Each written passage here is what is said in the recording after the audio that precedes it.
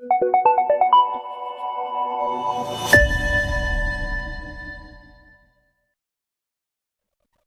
चौथे स्तंभ में आपका स्वागत है। आंवला और बरेली लोकसभा सीट से इंडिया गठबंधन के प्रत्याशियों ने कराया नामांकन। लोकसभा चुनाव के तीसरे चरण में इंडिया गठबंधन की ओर से बरेली लोकसभा प्रत्याशी प्रवीण सिंह ऐरन ने पर्चा दाखिल किया, तो वहीं आंवला से नीरज मौर्य ने नामांकन कराया। इससे पहले इंडिया गठबंधन की ओर से सभी कार्यकर्ता अपने प्रत्याशियों के लिए नेहरू युवा केंद्र पर जमा हुए। वहां से जुलूस की शक्ल में बैरियर तक पहुंचे, जहां पर पुलिसकर्मियों ने प्रत्याशियों के साथ आए कार्यकर्ताओं को वहीं रोक दिया। वहीं पुलिसकर्मियों ने नामांकन करने के लिए प्रत्याशियों के साथ केवल 5 लोगों को कलेक्ट्रेट में प्रवेश दिया। लोकसभा चुनाव में सपा और कांग्रेस की इंडिया गठबंधन से समाजवादी पार्टी से लोकसभा सीट के लिए प्रवीण सिंह ऐरन को प्रत्याशी बनाया गया है। वहीं आंवला लोकसभा सीट से नीरज मौर्य को मैदान में उतारा है। वहीं बरेली लोकसभा सीट से इंडिया गठबंधन उम्मीदवार प्रवीण सिंह ऐरन ने कहा कि उनकी चुनावी तैयारियां तो निरंतर चल रही हैं। देखिए, तैयारी तो जब हम पिछली बार चुनाव हारे थे तो उसके अगले दिन से शुरू हो गई थी और उसी हिसाब से तैयारी तभी से चल रही है। और समाज सेवा में, राजनीति में और ख़ास तौर से चुनावी राजनीति में तो निरंतरता रहती है, तो इसलिए तैयारी चल रही थी। लेकिन अब चुनाव जब नज़दीक आए तो और पिछले 4-5 महीनों से तैयारी तेज़ हो गई और हमारी बूथ लेवल की कमेटी जो हैं हर जगह बनी हुई हैं। जो एक प्रचार होता है कि विपक्ष के लोगों की बूथ कमेटी नहीं होती, तो चाहे एक कोई बड़ी लहर हो, जैसे पिछली बार पुलवामा के आधार पर एक लहर सी बन गई थी मोदी जी के पक्ष में, और उसका जो नतीजा भुगता वो सारे देश ने भुगता। बेरोज़गारी के रूप में नौजवानों ने भुगता, किसानों ने अपनी बर्बादी के रूप में भुगता, महिलाओं ने असुरक्षा के रूप में भुगता। ये सब हम सब जानते हैं। पूरा देश जो है अरबों रुपए के एडिशनल अतिरिक्त कर्ज में डूब गया। ये आप सब ने मीडिया में ही है, मीडिया में लिखा है, गवर्नमेंट के फिगर्स हैं, सरकारी फिगर हैं और अंतर्राष्ट्रीय स्तर पर फिगर है कि मोदी जी के राज में ये तमाम चीज़ों का जो इन्होंने जिस तरीके के बॉन्ड का इशू हुआ, इन सब की वजह से देश बहुत ज़बरदस्त कर्जे में डूब गया। हमारी जीडीपी का, सकल आय का एक बहुत ही बड़ा हिस्सा कर्ज के सिर्फ ब्याज में जा रहा है। आप सोचिए ज़रा, ये जो हमारे मनमोहन सिंह जी, उसकी यूपीए की जो सरकार का बजट था, जो राष्ट्र की स्थिति थी, जो बजट की स्थिति थी, जो वित्तीय स्थिति थी, जो जीडीपी की स्थिति थी, आज किस लेवल पे ले आए कि देश की आधी से ज़्यादा आमदनी जो है कर्ज में जा रही है, मूलधन वापस नहीं हो रहा है। तो ये स्थिति इनके है, अब जानते ही नहीं। वो खुद ही कह चुके हैं एक इंटरव्यू में हमारे एक पत्रकार साथी के कि मैं पढ़ा लिखा नहीं हूँ, मेरी कोई, अब जब पढ़े लिखे नहीं थे तो बाद में एक डिग्री आ गई। अब ये सब चीज़ें माननीय न्यायालय के ऊपर हैं, तो हम कोई कमेंट तो नहीं करेंगे इसके ऊपर।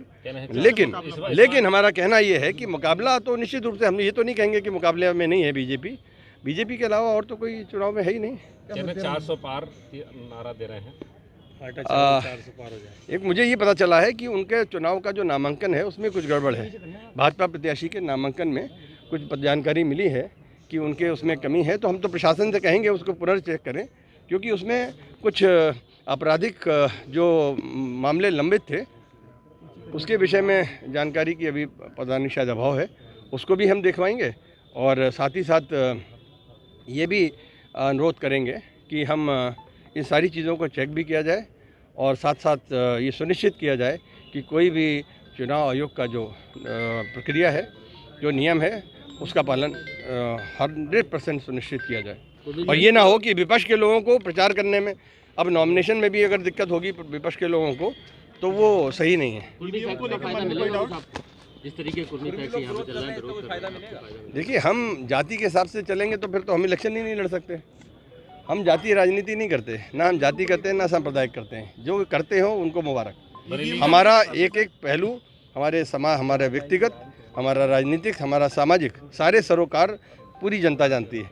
तो हमारे लिए इस कुर्मी समाज का बड़ा समर्थन है। ना सिर्फ कुर्मी समाज का, अगर कुर्मी समाज का समर्थन नहीं होता तो हम 2009 में ही नहीं जीतते।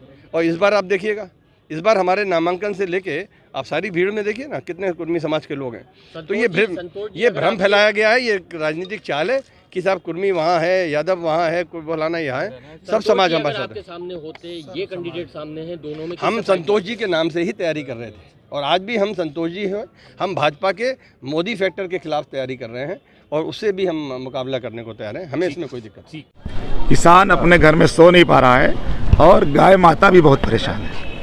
हम देख रहे हैं गाय माता कटी हुई है, छिली हुई है।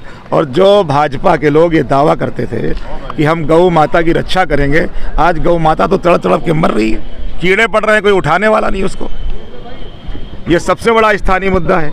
इसके अलावा सड़कों का बुरा हाल है, इतना बुरा हाल है कि चलना मुश्किल है। और हमारे नौजवानों के लिए कोई रोज़गार की व्यवस्था नहीं है, महंगाई से लोग त्रस्त हैं। और आज आंवला पूर्णतया ग्रामीण क्षेत्र की लोकसभा है। गांव में 50% से ज़्यादा लोग कुपोषण का शिकार हैं, कुपोषण का 50% से ज़्यादा। अच्छा, एक मुख्य मुद्दा ध्रुवीकरण पे होता है चुनाव। इस बार का चुनाव क्या आपको लग रहा है ध्रुवीकरण की कोशिश आपकी? जनता बार बार बेवकूफ़ बनने वाली नहीं है। जनता समझ गई है कि ये वोट लेने के बाद बहका के, फुसला के और नज़र नहीं आते 10 साल, काम नहीं करते, इसलिए जनता समझ गई है इस बार। एक आरोप आप पे लग रहा है व्यक्तिगत कि आप मन से चुनाव नहीं लड़ रहे हैं, आप चुनाव में दिख नहीं रहे हैं, विपक्ष का ये आरोप है। अब ये जो है विपक्ष का आरोप कैसे हो सकता है? तो जनता का है तो मैं कहूँ विपक्ष जो चुनाव मन से लड़ नहीं जाता कैसे? ये कौन सा, इसका क्या पैमाना है भैया आपके पास? आप मेरे साथ चलिए, मेरे कार्यक्रमों में चलिए, मेरे पेज को देखिए, मैं कहाँ जा रहा हूँ देखिए। हाँ, अब उनको वो हवा में अपना लड़ रहे होंगे तो वो सोच रहे होंगे ये भी ऐसा कर रहे हैं। हम लोग ज़मीन पे उतर के एक एक दिन में, मेरा गला देख रहे हैं कैसा हो गया, 25-25 नुक्कड़ सभाएं कर रहा हूँ, रात को एक 1-1.5 बजे आ रहा हूँ और जनता के बीच में जा रहा हूँ। और जहाँ जा रहा हूँ वहाँ पे ये खबर आ रही है कि यहाँ के सांसद धर्मेंद्र जी 80% लोगों से मिले ही नहीं, गाँव में गए ही नहीं 10 साल में।